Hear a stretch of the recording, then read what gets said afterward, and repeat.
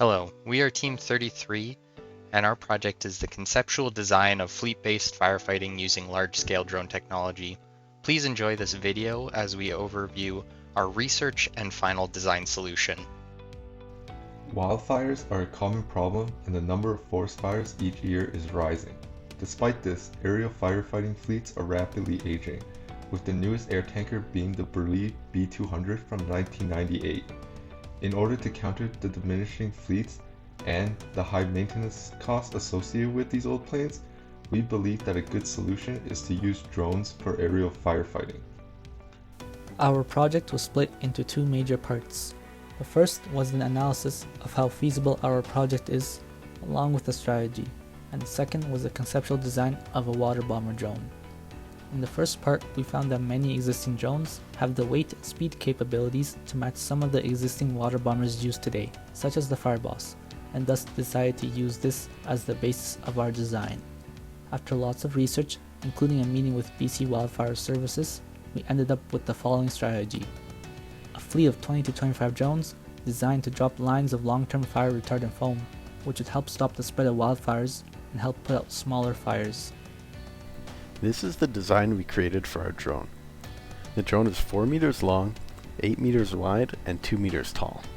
It has a weight of 1,450 kilograms, or 3,200 pounds, and a carrying capacity of 580 kilograms, or 1,280 pounds.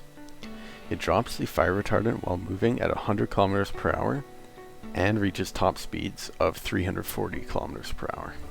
The drone is powered by two wing-mounted Rotax 912 engines, and the dropping mechanism uses a pair of doors that open sideways using a linear actuator and drops 620 liters of fire retardant. Our drone design has a few major benefits over typical water bombers.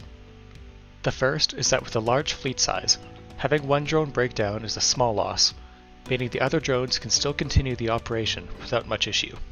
Next, since the drones are unmanned, they are able to have a quicker response time than normal water bombers, which need a pilot to be briefed and prepared prior to takeoff. Having the drones unmanned also makes for safer firefighting operations. Another benefit of our design is that the smaller size of the drones makes them easier to transport to more remote locations, and they have a smaller requirement for takeoff distance. Lastly, the drones are able to communicate easier and quicker than pilots, meaning waterbombing operations can be more organized for greater efficiency. That covers the overview of our research and final design solution. Thank you for your time. I hope you enjoyed the video, and if you have any questions, please step into our Zoom room and we'd be happy to answer them.